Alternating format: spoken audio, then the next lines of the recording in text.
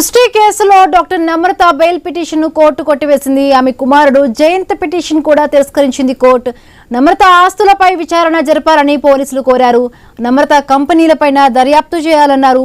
విచారణలో నేరం చేసినట్టు నమ్రత ఒప్పుకున్నారని తెలుస్తోంది. అబార్షన్ కోసం వచ్చే గర్భిణీలకు డబ్బు ఆశ చూపామని నమ్రత విచారణలో వెల్లడించారు.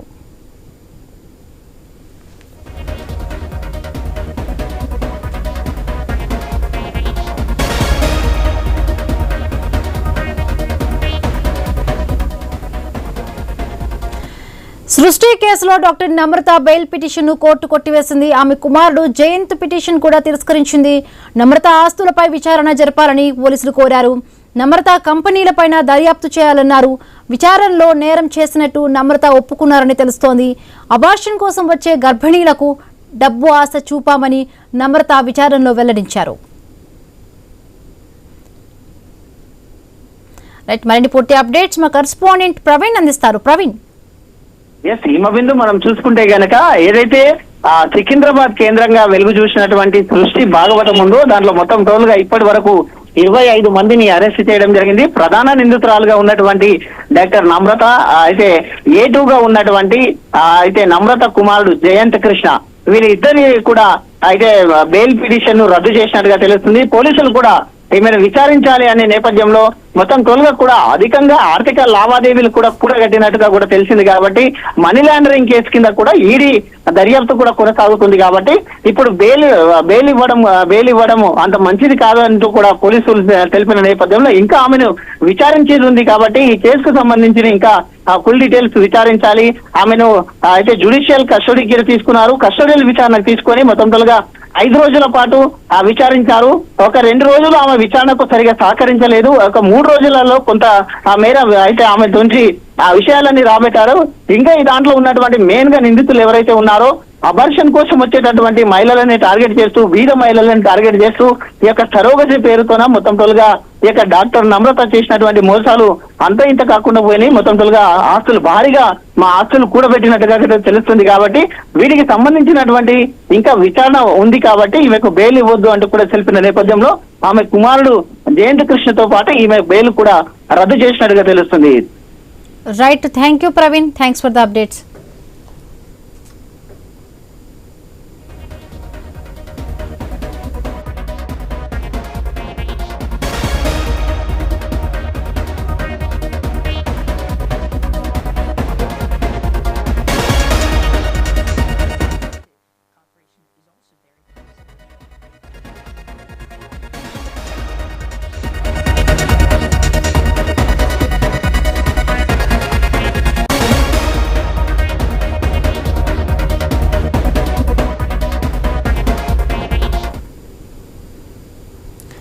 సికింద్రాబాద్ లోని యూనివర్సల్ సృష్టి ఫెర్టిలిటీ సెంటర్ మోసాలు మరొక ముందే మరొక ముఠా ఆగడాలు వెలుగు చూశాయి.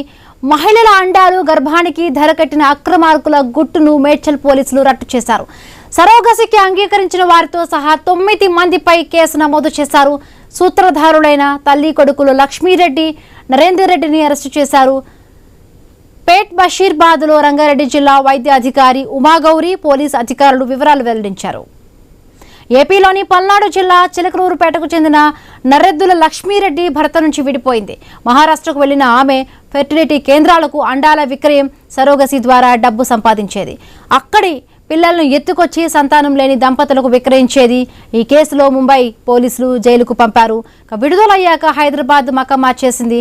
5 ఏళ్ల క్రితం సుచిత్ర కూడలి సమీపంలో న్యూ మాణిక్య నగర్లో భవనం నిర్మించి అక్రమాలకు అడ్డాగా మార్చుకుంది. ఏపీ, కర్ణాటక, మహారాష్ట్ర, తెలంగాణలో ఏజెంట్లను ఏర్పాటు చేసుకుంది. జేఎన్టీయూలో కెమికల్ ఇంజనీరింగ్ పూర్తి చేసిన కుమారుడు నరేందర్ రెడ్డి ప్రధాన ఏజెంట్గా మారాడు. కుమార్తె బెంగళూరులో సాఫ్ట్వేర్ ఉద్యోగం చేసి ఇటీవల ఇక్కడికి వచ్చింది. లక్ష్మీరెడ్డి నగరంలోని పలు ఫెర్టిలిటీ కేంద్రాలు, హాస్పిటల్స్తో సంబంధం ఏర్పరచుకుంది.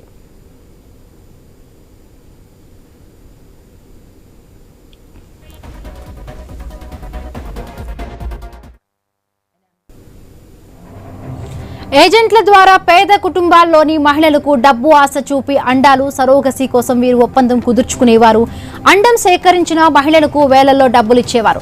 సరోగసి మహిళలను తీసుకువచ్చేందుకు ఫెర్టిలిటీ కేంద్రాలు, సంతానం లేని దంపతుల నుంచి 10 నుంచి 20 లక్షలు వసూలు చేసేవారు. మహిళలకు కేవలం 4 నుంచి 5 లక్షలు మాత్రమే ఇచ్చేవారు. ఆమె ఇంటికి నిత్యం మహిళలు వచ్చిపోతూ ఉండడంతో అనుమానించిన స్థానికులు పోలీసులకు సమాచారం ఇచ్చారు. మేడ్చల్ జిల్లా వైద్యాధికారిని ఉమాగౌరి, మేడ్చల్ ఎస్ఓటి పేట్ బషీరాబాద్ పోలీసులు తనిఖీ నిర్వహించారు. గర్భధారణ మందులు, హార్మోన్ ఇంజెక్షన్లు, బాండ్ పేపర్లు, ప్రామిసరీ నోట్లు, 6.47 లక్షల నగదు, ల్యాప్టాప్ను స్వాధీనం చేసుకున్నారు. తల్లి కొడుకులను అదుపులోకి తీసుకున్నారు.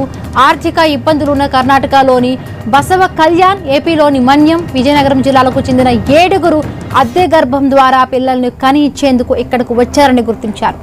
లక్ష్మీరెడ్డితో మాదాపూర్లోని హెగ్డే ఫెర్టిలిటీ హాస్పిటల్, సోమాచిగూడలోని Anu test tube baby centre, Banjara హిల్స్లోని Ferticare, IVF Amulya IVF centre, Shri fertility centre సంబంధం ఉన్నట్టుగా పోలీసులు గుర్తించారు.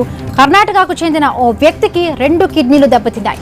ఎలాగైనా భర్తను బతికించుకోవాలని చూస్తున్న అతని భార్యకు లక్ష్మీరెడ్డి పరిచయమైంది. కిడ్నీ మార్పిడికి అవసరమైన ఆర్థిక సహాయం చేస్తారని హామీనిచ్చింది. కొంత నగదు చేతికివ్వడంతో ఆమె సరోగసీకి అంగీకరించింది. కొంపల్లి సమీపంలోని అంగన్వాడీ కేంద్రానికి వెళ్లి తన పేరును నమోదు చేయమని కోరింది.